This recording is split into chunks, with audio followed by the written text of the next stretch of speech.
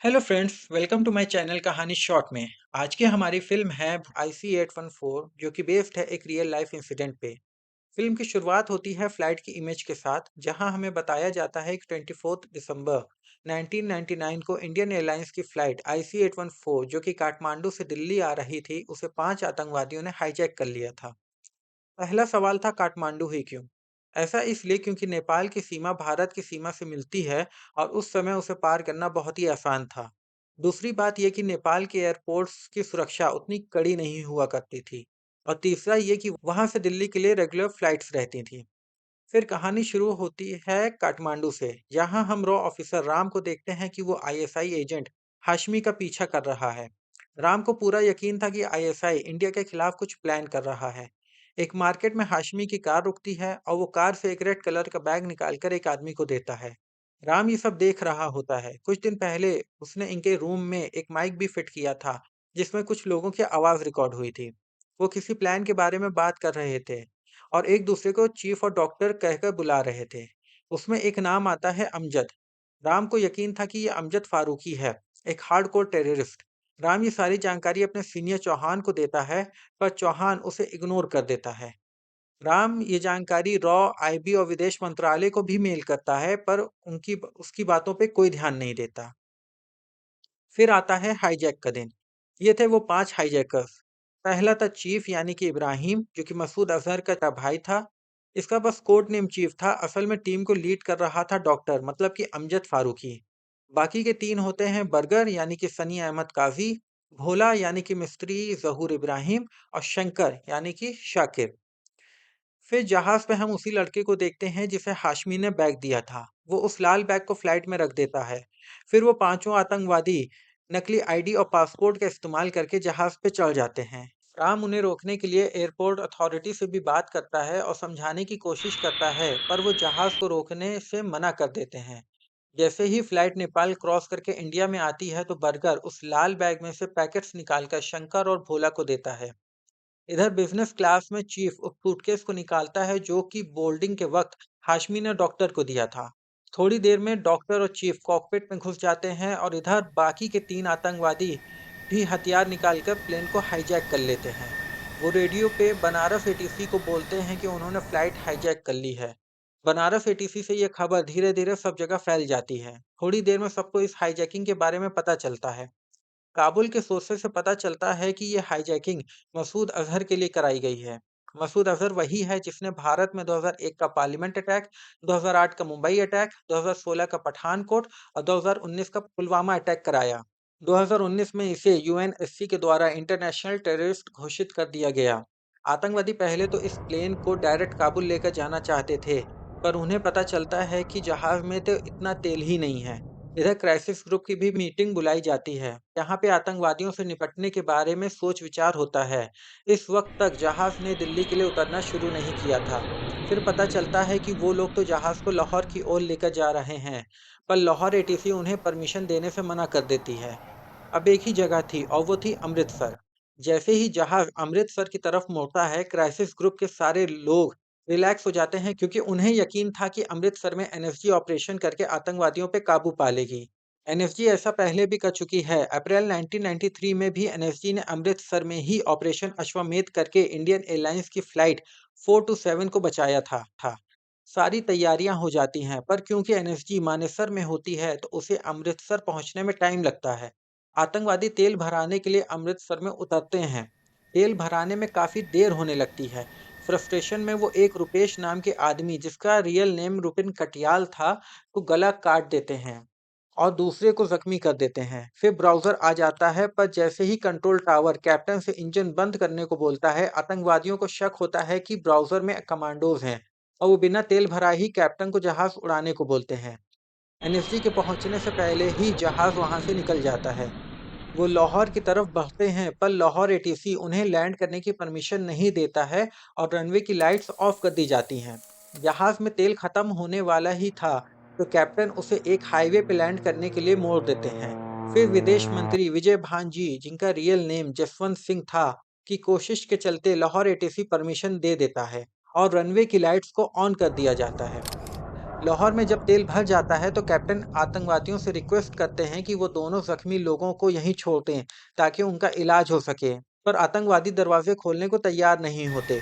लाहौर से तेल भराकर वो काबुल की तरफ निकलते हैं, पर काबुल एटीसी उन्हें बताता है कि उनके पास रात को जहाज उतारने की फैसिलिटीज नहीं है, इसलिए वो दिन के समय आए।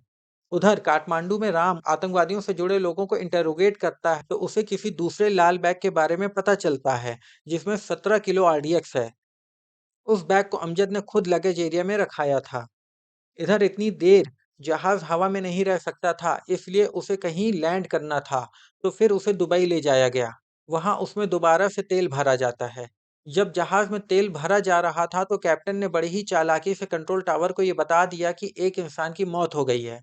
इधर इंडिया में विदे इधर इंडिया में विजय भान जी की कोशिश ये रहती है कि आतंकवादी औरतों, बच्चों और जख्मी लोगों को छोड़ दें। वो अमेरिका के थ्रू दुबई अथॉरिटीज से रिक्वेस्ट करते हैं। तब दुबई आतंकवादियों के सामने ये शर्त रख देती है कि जब तक वो औरतों, बच्चों और जख्मी लोगों को नहीं उतारेंगे, उन्हें जाने नहीं दिया जाएगा।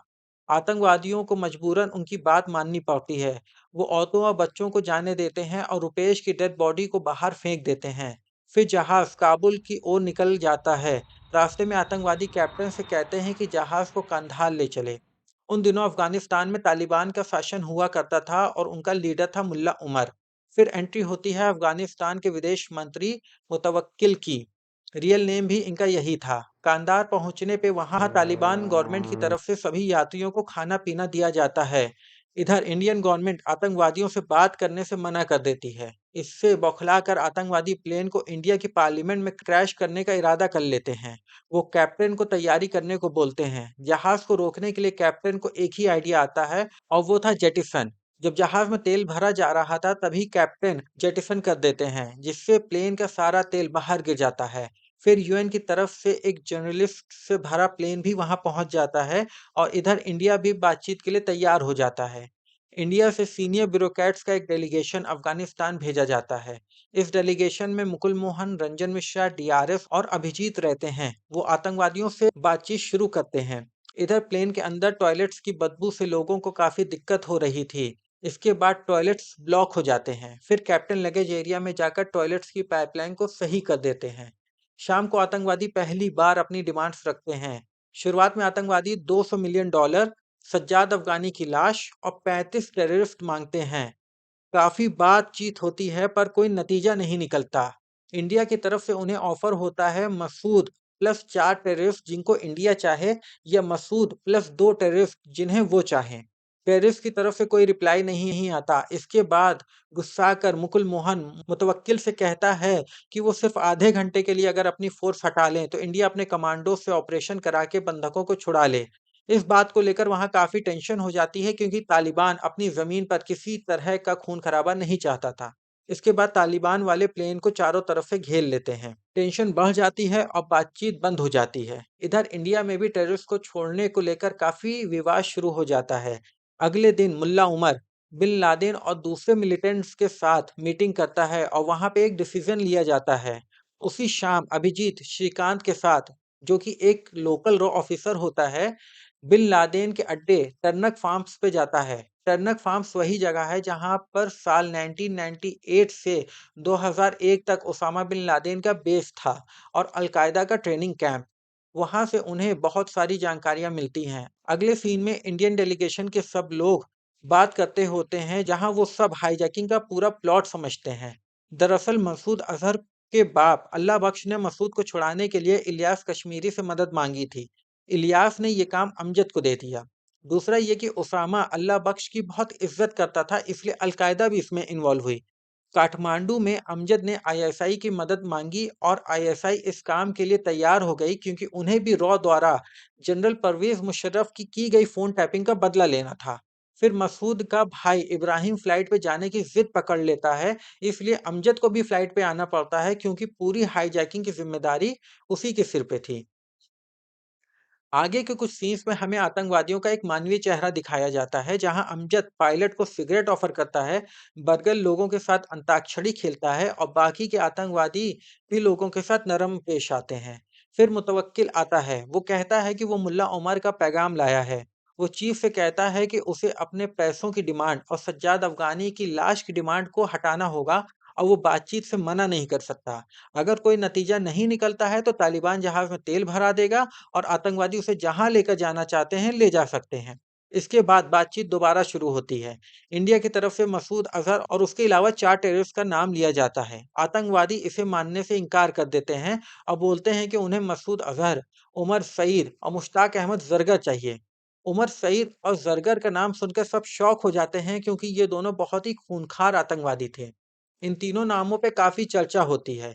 लास्ट में सब तैयार हो जाते हैं पर जम्मू एंड कश्मीर के सीएम जरगर को छोड़ने से मना कर देते हैं। उन्हें मनाने के लिए रॉ चीफ को भेजा जाता है जिनका रियल नेम एएस दौलत था। उन दिनों जम्मू एंड कश्मीर के सीएम फारूक अब्दुल्ला जी थे। वो एएस दौलत को देखते ही बोलते हैं कि तुम फिर आ गए, जाओ मैं किसी को नहीं छोड़ता। फारूक साहब ऐसा इसलिए बोलते हैं क्योंकि 1989 में जब रुबैया सईद, जो कि उस वक्त के होम मिनिस्टर मुफ्ती मोहम्मद सईद की बेटी थी, की किडनैपिंग होती है, तो रुबैया सईद को छोड़ने के लिए 5 आतंकवादियों को रिहा करना होता है और इस बात के लिए फारूक साहब को कन्विंस करने एएस दौलत ही गए थे। इंटरव्यू का लिंक नीचे डिस्क्रिप्शन में है, आप चेक कर लीजिएगा।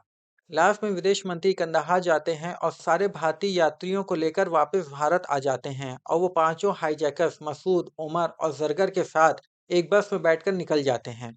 बाद में उमर ने 2002 में डैनियल पर की किडनैपिंग और हत्या की जिसके लिए वो पाकिस्तान में अरेस्ट भी हुआ। पर साल 2021 में पाकिस्तान ने उसे रिहा कर दिया और जरगर आज भी कश्मीर में आतंकवाद फैलाने का काम कर रहा है। तो फ्रेंड्स, ये थी कहानी IC-814 की। आप लोगों को ये वीडियो कैसी लगी प्लीज़ कमेंट में ज़रूर बताइए।